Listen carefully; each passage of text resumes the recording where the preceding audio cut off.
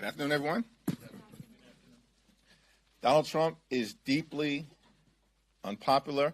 The American people clearly recognize that the Trump administration is in free fall and are actively hurting everyday Americans in order to reward their billionaire donors with massive tax breaks. The one big ugly law is deeply unpopular. The American people clearly recognize that Donald Trump and House Republicans have not done a thing to make life better for them and meaningfully lower the high cost of living in the United States of America. Instead, what Donald Trump and Republicans have done is to rip away health care from more than 17 million people and steal food from the mouths of hungry children, seniors, and veterans, while skyrocketing the nation's debt by more than $3 trillion and setting the country on a course toward possible bankruptcy. One big ugly bill is a complete and total failure, substantively and in the minds of the American people. House Democrats will continue to focus on the issues that matter, like driving down the high cost of living in the United States of America, because we recognize that for far too long, the cost of living in this country has been too high. Housing costs are too high, grocery costs are too high, utility costs are too high, child care costs are too high, insurance costs are too high. America is too expensive. There are far too many people in this country struggling to live paycheck to paycheck. That should not be the case in the wealthiest country in the history of the world. Imagine in America where when you work hard and play by the rules, everyone can afford to live the good life. That's the America that House Democrats are working hard to bring about. Good paying jobs, good housing, good health care, good education for your children, and a good retirement. When you work hard in this country and play by the rules, you should be able to afford to live the good life. But our system is broken, and Republicans are making it worse. Questions? Not to change topics here, but after your meeting on Friday, are you prepared to endorse Mamdani? And if you don't go that far now, or if you keep dragging this out, do you run the risk of turning off more progressive members of the delegation, or excuse me, of the Democratic coalition? At the meeting on Friday, we agreed to reconvene with other members of the delegation and high-level community leaders in Brooklyn upon his return to the country. What can Democrats offer to, let's call it the midterms, say, here's what we can do to lower your grocery prices? We need an all-hands-on-deck effort to ensure that we're putting money back into the pockets of the American people, using the tax code to make life more affordable for everyday Americans, as opposed to enacting massive tax breaks for billionaire Republican donors.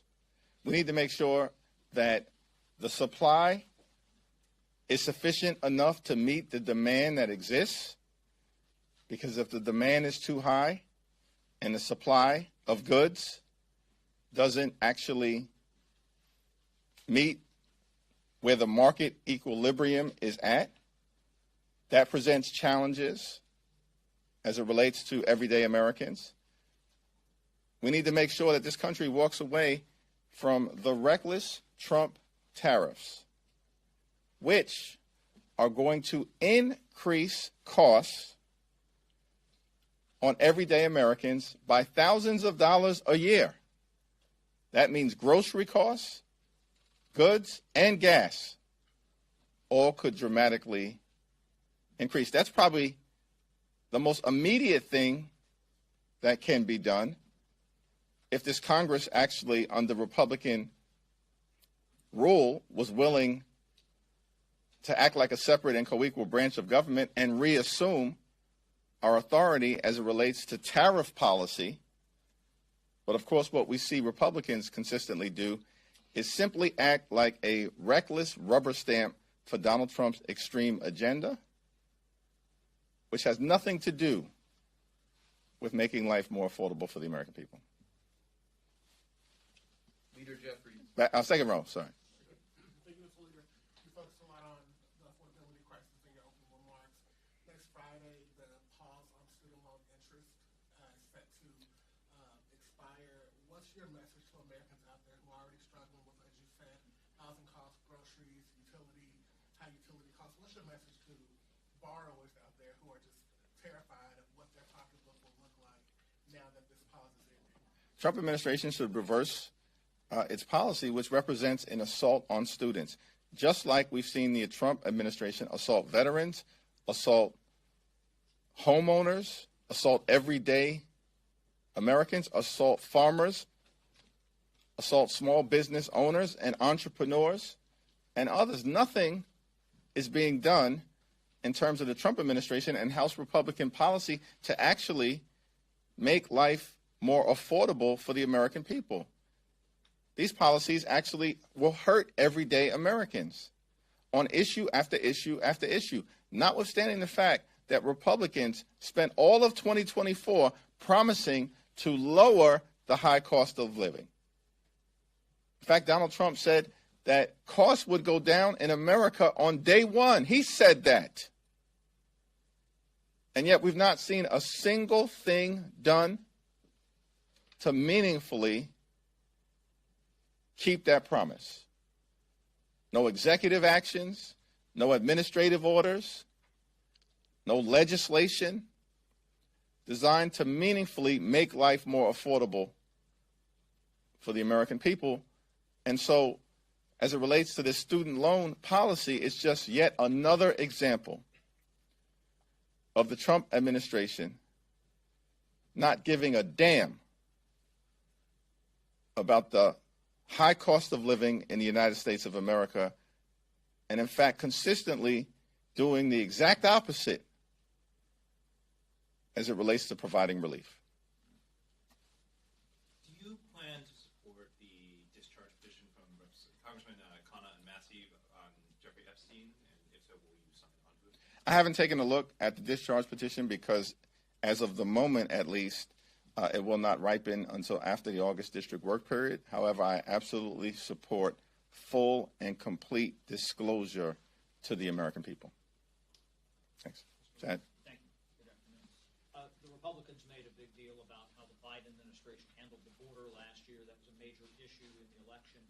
But then we have this officer from the CBP who was shot in Manhattan last night, and Republicans are saying, see, this is part of the policy. People got in the country illegally. They shouldn't be here. What's your response to that when something that tragic happens in your home city? It's my hope that the victims of this criminal act are able to fully and completely recover, and those responsible for the criminal act should be held accountable and prosecuted to the full extent of the law. At the end of the day, we have to make sure in this country that we secure the border, fix our broken immigration system in a bipartisan and comprehensive way, while at the same time standing up for dreamers, farm workers, and law-abiding immigrant families. There are a lot of people throughout this country who now disapprove of the Trump administration's approach to immigration, who were promised that the Trump administration was going to focus on deporting violent felons as opposed to targeting children and law-abiding immigrant families. The Trump administration should spend the billions of dollars in taxpayer resources that it has to make this country as safe as possible by focusing on deporting violent felons, not showing up at Little League baseball games, churches, schools, and hospitals. Leader Jeffries, speaking of that, a lot of your colleagues are supporting the Dignity Act. Are you interested in immigration compromise legislation in this Congress? We have a broken immigration system, and we need to fix it in a comprehensive and bipartisan way. I haven't had a conversation with the authors of the Dignity Act, but I look forward to that discussion to determine if there's a path forward. Thanks. In your interview on CNN, you mentioned blue states that might try to do mid-decade redistricting as a counter to Republicans. You specifically mentioned some that have independent redistricting commissions or that explicitly prohibit mid-decade redistricting in state law. How do you get around that? I think that we continue to have conversations with the state delegations, whether that's in California or New York or beyond, to explore what the opportunities and possibilities are in order to make sure that the congressional map in 2026 is as fair as possible. We also believe that if Texas goes forward with this extreme mid-decade congressional gerrymandering, which shows how desperate these people are because the American people are rejecting them and their policies, including their signature One Big Ugly Law, that there will be several current Texas Republicans who will be made vulnerable in the midterm election, and that they should be careful with what they are doing because many of them may not return in the aftermath of the midterm elections. Third row, thanks. Jeffries, as Democrats try to take back the House in the midterms, will they be focusing on the Epstein files issue, retcon until Politico to hammer this issue? Do you feel the same way, and do you think that should be an important issue in the midterms? I think we're going to focus on building an affordable economy so we can ensure that we drop the cost of living for everyday Americans, and they're in a position to be able to thrive, not simply survive. We're going to focus on protecting the health care of the American people, particularly in the midst of all of the damage that is being done as a result of this One Big Ugly Law and the assault on Medicaid, the assault on the Affordable Care Act, the assault on Medicare, and the assault on the Children's Health Insurance Program. We also need to combat corruption in Washington, D.C., and deliver a government of the people, by the people, and for the people, as opposed to what's going on right now, which is a government of the billionaires, by the billionaires, and for the billionaires. Looking ahead to the September 30th funding deadline, Republicans are expressing interest in more rescissions package. Do you expect House Democrats to take the same position as the last funding deadline, which was opposing the CR and not helping Republicans keep the government open? It's my expectation that if Republicans try to jam a highly partisan spending bill down the throats of the American people here in the House, we'll reject it. Rosa DeLauro will take the lead and has consistently expressed an interest in trying to arrive at a bipartisan spending agreement that meets the needs of the American people in terms of their health, their safety, and their economic well-being. But it's Republicans who have shown no willingness to do that, and you have Trump administration officials like the author of Project 2025 saying that we should walk away as Republicans from the appropriations process, which means they want to shut down the government. Thanks. Thank you, Mr. Leader. House Democrats spent last week trying to force votes to release records related to Jeffrey Epstein, and you have said that you support that movement. Why are Democrats just looking at this and pushing for this right now and not really during the Biden administration? I support transparency in terms of the American people. The far right, Donald Trump, Right-wing conspiracy theorists and others are the ones who have put this Jeffrey Epstein thing in the public domain. Let's be clear about that. No one looking at the facts disputes that. This isn't anything that any of us as House Democrats have been focused on ever in terms of trying to fan the flames of what may or may not happen.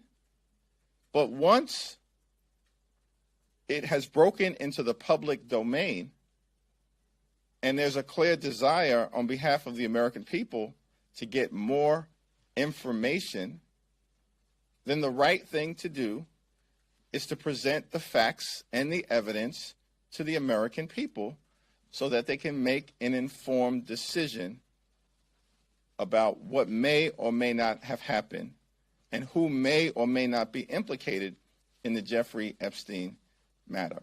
Let's be clear. Let's be clear about the situation here. Jeffrey Epstein was a friend of Donald Trump. Jeffrey Epstein was arrested during the Trump administration. Jeffrey Epstein was detained during the Trump administration. Jeffrey Epstein committed suicide during the Trump administration. Trump administration officials have said prior to arriving in Washington in positions of prominence, including at the FBI and the Department of Justice, that they were going to release the Epstein files. Trump administration officials are now in a position to release the Epstein files. Does any of that, in your view, have anything to do with President Joe Biden? Why do we think President Joe Biden or President Barack Obama's names are being invoked? Because Donald Trump is running scared. And the Trump administration is running scared. What are they hiding from the American people? Release the files so that the American people can make a decision on their own. This has nothing to do with a Democratic-led conspiracy theory. And the facts and the chronology make that clear.